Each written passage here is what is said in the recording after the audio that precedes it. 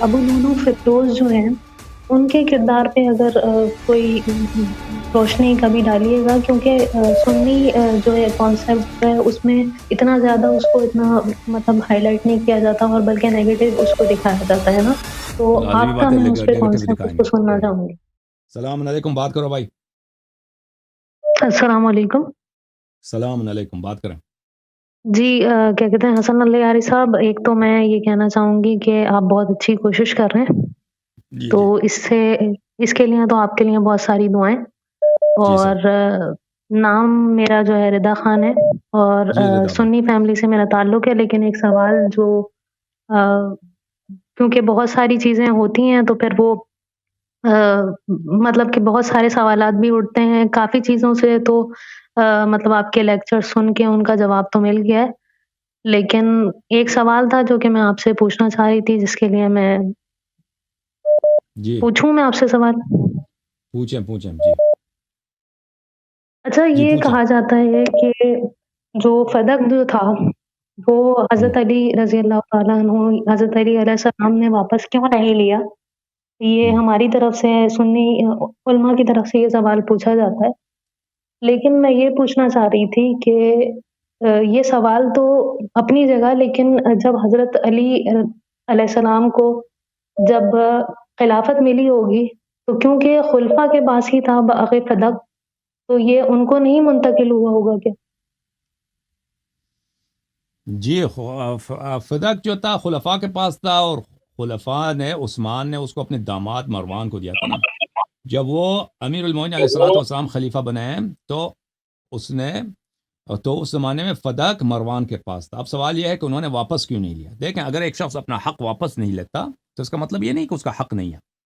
فرض کریں اس کے نہیں، پاس وہ فرصت نہیں ساری ہے۔ چیزوں تو جواب مل چکا ہے آپ کے لیکچر سے کہ جو ہے کیا کہتے ہیں واپس کیوں نہیں لیا، میں بس یہی پوچھنا چاہ رہی تھی، یہی ایک سوال تھا، اور اس کا تو میرے خیال سے بہت ہی سادہ سا جواب تھا، کیا سادہ جواب ہے؟ یہی کہ انہوں نے جو ہے وہ اپنے داماد کو دے دیا تھا۔ عثمان نے اپنے داماد کو دیا تھا، جی ہاں۔ تو نہیں، سوال یہ ہے کہ پر انہوں نے واپس کیوں نہیں لیا نا؟ داماد کو دیا تھا، چلے دے دیا تھا، تو انہوں نے اس کو جی جی واپس کیوں نہیں لیا تھا؟ ہاں، تو سوال یہ ہے، دیکھیں اگر کوئی شخص مثلا کسی کے، فرض کریں کسی کے گھر پہ قبضہ بھی ہو جاتا ہے، پھر حکومت اس کے ہاتھ میں آ جاتا ہے، پھر وہ اس کو نہیں لیتا، تو اس کا مطلب یہ نہیں کہ اس کا گھر نہیں تھا، اس کا حق نہیں تھا۔ اس کی واضح دلیل ہے رسول پاک صلی اچھا اللہ علیہ وسلم کی سیرت۔ رسول پاک صلی اللہ علیہ وآلہ وسلم جب تک مکے میں تھے وہ اپنے آبائی گھر میں رہتے تھے، ٹھیک ہے نا۔ حضرت عبد المطلب علیہ الصلوۃ والسلام کا جو گھر تھا، انہوں نے ایک گھر دیا تھا اپنے بیٹے کس کو؟ حضرت عبداللہ علیہ السلام کو۔ حضرت عبداللہ علیہ السلام کا ان کا واحد ہی وارث تھا ان کا، کیونکہ ان کا اور کوئی فرزند نہیں تھا، رسول پاک صلی اللہ علیہ وسلم۔ حضرت عبداللہ علیہ الصلوۃ والسلام کا جو گھر تھا وہ کس کو ملا ہے؟ وہ ہمارے نبی صلی اللہ علیہ وسلم کو میراث میں ملا ہے۔ تو نبی کریم صلی اللہ علیہ وآلہ وسلم جب مکے سے مدینہ آئے ہیں، تو جس طرح باقیہ جو مہاجرین مکے سے مدینہ آتے تھے تو ان کے گھروں پہ لوگ قبضہ کرتے تھے، تو حضرت رسول صلی اللہ علیہ وسلم کے گھر پہ بھی قبضہ ہوا۔ ان کے گھر کو ان کے چچا زاد بھائی عقیل نے بیچ دیا تھا، فروخت کر دیا تھا۔ تو رسول پاک صلی اللہ علیہ وسلم جب واپس مکے آئے، ایک دفعہ تو فتح مکے کے وقت آئے، پھر دوسری دفعہ وہ حجۃ الوداع کے وقت آئے، تو اس وقت ان کو فتح مکے کے وقت وہ کر سکتے تھے کہ اپنا گھر واپس لے لیں، ٹھیک ہے نا، کیونکہ گھر ناجائز طور پہ فروخت ہوا ہے، ناجائز طور پہ فروخت ہوا ہے، وہ واپس لے لیتے، لیکن انہوں نے واپس نہیں لیا۔ ملاحظہ فرمائیے، یہ کتاب بخاری چاپ دار احیاء التراث العربی سنہ 2001 میں چھپی ہے، یہاں پر صفحہ نمبر ہے 284، حدیث نمبر ہے 1588۔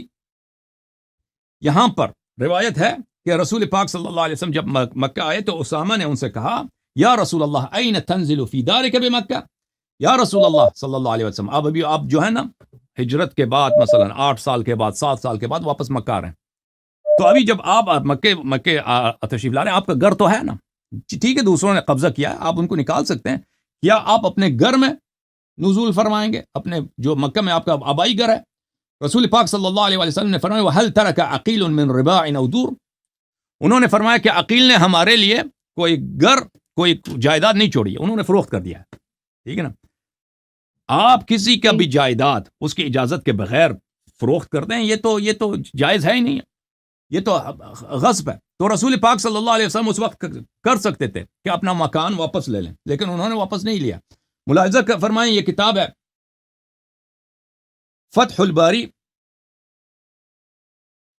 الباری بشرح صحیح البخاری، جز نمبر 3، چاپ دار المعرفہ. یہاں پر اسی حدیث 1588 کی شرح میں صفحہ نمبر 450 ہے، پر شرح جو ہے صفحہ نمبر 451 میں حافظ ابن حجر فرماتے ہیں کہ ان کا جو گھر تھا مکے میں، بلی وظاہر هذه القصہ انه كان ذلك حين اراد دخول مکہ. اچھا، مکے میں داخل وقت ہوا تھا. ان الدار التي اشار اليها كانت دار ہاشم ابن عبد مناف، یہ جناب ہاشم ان کا پردادا جو تھا ان کا گھر تھا. ثم صار لعبد المطلب، پھر یہ عبد المطلب کا گھر بنا. فقسمها بين ولده حين عمر، جب وہ بزرگ ہو گئے تو عبد المطلب علیہ السلام نے اپنے گھر کو تقسیم کیا تھا اپنے 10 بیٹوں کے درمیان. ثم صار للنبي صلی اللہ علیہ وآلہ حق ابیہ عبد اللہ وفیہا ولد النبی صلی اللہ علیہ وسلم. اور جو ان کے والد کا حصہ تھا، حضرت عبداللہ علیہ السلام کا حصہ تھا، وہ ان کے حضرت رسول صلی اللہ علیہ وسلم کو ملا ہے. ٹھیک ہے نا؟ محصل هذا، سن لیں، محصل هذا اس حدیث کا خلاصہ یہ ہے ان النبی صلی اللہ علیہ وآلہ لما هاجر استولى عقیل وطالب على الدار كلها. جب رسول پاک صلی اللہ علیہ وسلم کی ہجرت ہو گئی ہے تو ان کے چچرزاد بھائی عقیل نے اس کو بیچ دیا ہے. اچھا، تو نبی کریم صلی اللہ علیہ وسلم نے واپس کیوں نہیں لیا؟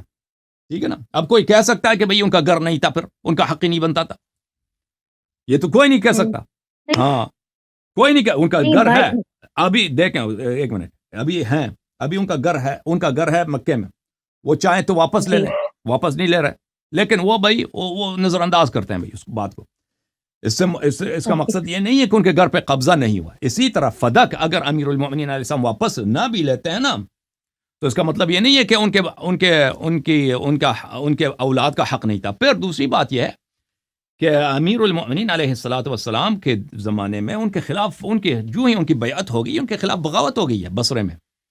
عائشہ، طلحہ، زبیر، یہ لوگ لشکر لے کے آئے تھے مکے سے، اور عثمان کے جتنے گورنر تھے وہ سب مکے میں جمع ہو گئے تھے. امیر المؤمنین علیہ السلام نے ان کو عزل کیا تھا، تو وہ لوگ تو بڑے انہوں نے پیسے چوری کیے تھے بیت المال سے، تو وہ لوگ مکے میں جمع ہو گئے. انہوں نے عائشہ کو بہت پیسہ دیا تھا کہ آپ جو ہے ان کے خلاف جنگ شروع کریں. تو ان لوگوں نے بہت بڑا لشکر لے کے آیا تھا جمل میں. تو امیر المؤمنین علیہ الصلوۃ والسلام پھر جمل چلے گئے تھے، وہ ادھر بصرہ چلے گئے تھے ان سے جنگ لڑنے کے لیے. اس کے بعد معاویہ کے ساتھ جنگ ہوا، اس کے بعد نہروان کے ساتھ جنگ ہوا، پھر اس کے بعد مزید ان کی شہادت سے پہلے 4.5 سال تک تو ان کی حکومت تھی. اور اس کے بعد ان کی جنگ ہونے والی تھی کن سے؟ ان سے دوبارہ معاویہ سے، کہ ان کی شہادت ہو گئی. تو اس طرح امیر المؤمنین علیہ الصلوۃ والسلام کی حکومت اس طرح کبھی کنسولیڈیٹ نہیں ہوا کہ وہ پوری طرح سے سب لوگ ان کی بات کو مان لیں اور ہر جگہ پہ ان کی اچھی طرح سے ان کا قبضہ ہو، تاکہ وہ ہر حکم جس طرح چاہیں چلا سکیں. ٹھیک ہے نا؟ اچھا، نہیں، اصل میں آپ کے جواب سے میرا ایک سوال اور جو ہے اسی سے پیدا ہو گیا ہے کہ اگر حضرت عثمان نے جو ہے وہ کیا کہتے ہیں اپنے داماد کو جو ہے باغ فدق دے دیا تھا، تو کیا کہتے ہیں اس وقت کسی نے آواز کیوں نہیں اٹھائی؟ کیونکہ جب اہل بیت اطہار کا یہ حق تھا، ٹھیک ہے، اور جب انہوں نے مانگا تو بھی ان کو واپس نہیں کیا گیا، تو انہوں نے کس رول کے تحت اپنے داماد کو یہ دے دیا تھا؟ تو دیکھیں اس طرح آپ نہیں کہہ سکتے کسی نے آواز نہیں اٹھایا. دیکھیں ابھی دنیا میں بہت ساری بری باتیں ہو جاتی ہیں. کچھ لوگ آواز اٹھاتے ہیں لیکن ان کی آواز کوئی ان کی آواز کو ریکارڈ نہیں کرتا، وہ تاریخ میں نہیں آ جاتا. ٹھیک ہے نا؟ اگر ان لوگوں نے پہلے تو فدق پہ قبضہ کیا، دنیا میں بہت ظلم ہوتا ہے، اور اس میں جو مخالفین ہوتے ہیں، مخالفین کے آواز تاریخ میں ہمیشہ ضبط نہیں ہوتے، تاریخ میں ہمیشہ ریکارڈ نہیں ہوتا. تو اس طرح آپ کہتی ہیں کہ وہ کسی نے اعتراض نہیں کیا. آپ کہاں سے کہہ سکتی ہیں کہ کسی نے اعتراض نہیں کیا؟ ہاں، کسی نے اعتراض نہیں کیا. میں یہ کہہ رہی ہوں کہ اگر تو واضح بات ہے، عثمان کی کس رول کے تحت دے دیا تھا؟ ہاں، عثمان بالکل کوئی رول نہیں ہے، بس اس کی مرضی، خلیفے کی مرضی. عثمان کے خلاف، عثمان کی حکومت میں مالی جو ہے زیادتیاں بہت زیادہ تھیں. اس نے اتنے اپنے قوم کو، اپنے بنی امیہ کو سب امور پہ مسلط کیا تھا. اس کے گورنر ہر جگہ چور تھے، خائن تھے، اور بیت المال سے خیانت عام چیز تھی عثمان کے زمانے میں. تو اسی مسئلے پہ عثمان کا قتل ہوا ہے. عثمان کا قتل کیوں ہوا ہے؟ عثمان اسی بات پہ اس کا قتل ہوا ہے کہ اس نے بیت المال میں اپنے اس کی جو فیملی تھی قبیلہ تھا ان کے ہاتھ اس نے کھلے چھوڑ دیے تھے. وہ ہر طرح کا زیادتی کرتے تھے لوگوں کے ساتھ اور بیت المال سے ہر طرح کی چوری کرتے تھے, اور جتنے چراگاہیں تھیں انہوں نے اپنے لیے اپنے خاندان کے لیے اس کو مخصوص کیا تھا, اور کوئی ان پہ اعتراض کرتا تھا تو اس کو کوڑے لگتے تھے, اس کو بری کتے کی طرح مارتے تھے. عثمان اسی لیے عثمان پہ بغاوت ہوئی ہے. خلیفہ کو لوگوں نے اس کے گھر پہ مہاجرین انصار نے اس کو گھیراؤ کیا, اور جن لوگوں نے عثمان کو قتل کیا وہ سب مسلمان تھے, سب صحابہ تھے, عثمان کو قتل کیا. تو اب یہ جو فدق کو بھی دیا تھا اسی میں شامل تھا کہ دوسرے بھی زیادتیاں ہوئی ہیں نا, اسی کے زمن میں ایک فدق بھی ہے. تو عثمان کا قتل بھی اسی مسئلے پہ ہوا تھا کہ اس نے جو مالی معاملات ہیں فائنینشیل امور میں, اس کے دور میں کرپشن اور نیپوٹزم بہت اعلیٰ درجے تک تھا. اوکے ٹھیک ہے. اچھا, یہ صرف میں ایک عرض کر رہی ہوں آپ سے, لاسٹ میں آپ نے کافی حد تک مطمئن کیا ہے کیونکہ میں نے کافی آپ کے لیکچر سنے ہیں تو اس میں مجھے کافی جوابات ملے.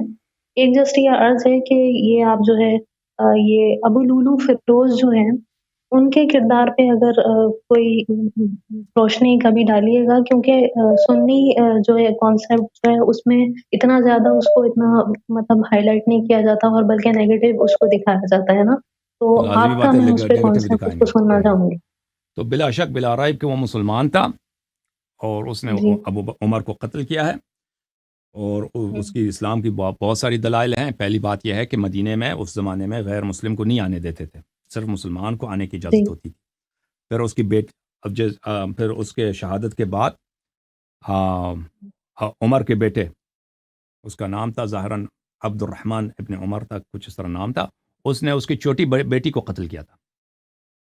تو امیر المؤمنین علیہ الصلاۃ والسلام نے عثمان سے ہی مطالبہ کیا کہ عمر کے بیٹے پہ حد جاری کرو, قصاص کرو, اس کو قتل کرو, کیونکہ اس نے ایک مسلمان بچی کو بلا وجہ قتل کیا. تو عثمان نے کہا کہ ابھی عمر کا قتل ہوا, اب میں اس کے بیٹے کو بھی کیسے قتل کر دوں. عثمان کے متائن میں سے بھی یہی متن ہے کہ اس نے قصاص جاری نہیں کیا عمر کے بیٹے پہ. تو امیر المؤمنین علیہ السلام نے فرمایا کہ جس دن حکومت میرے ہاتھ میں آئے گا تو پہلے شخص جس پہ میں حد جاری کروں گا وہ عمر کا بیٹا ہے.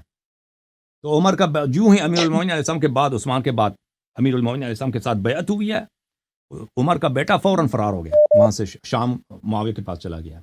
تو یہ خود واضح دلیل ہے, واضح دلیل, کیونکہ اس کی بیٹی مسلمان تھی, بیٹی چھوٹی بیٹی 9 سال کی عمر ہے, 7 سال کی عمر ہے, معصوم بچی. اس کو عمر نے اپنے والد کے اس کا ابا ابھی مرا بھی نہیں تھا نا, اس کا ابا زندہ تھا, ابھی زخمی ہوا ہے عمر. تو اس کا بیٹا تو حکومت ان کے ہاتھ میں, یہ بھائی شہزادہ ہے, بھائی بادشاہ کا بیٹا ہے, اس کو کون چھو سکتا ہے. تو اس نے فوراً اس بچی کا قتل کیا بیچارے کو.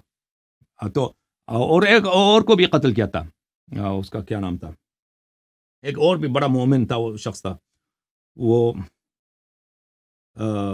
میں اب اس کا نام بھول گیا. تو امیر المومنین علیہ السلام نے فرمایا کہ میں ان پہ حد جاری کروں گا, ان پہ قصاص کروں گا. تو یہ واضح دلیل ہے کہ یہ خود مخالفین نے روایت کی, سب تواریخ میں موجود ہے. یہ واضح دلیل ہے کہ ابو لؤلؤ رضی اللہ تعالیٰ عنہ یہ مسلمان تھے. اوکے, تھینک یو میری بہن, خدا حافظ. خدا حافظ.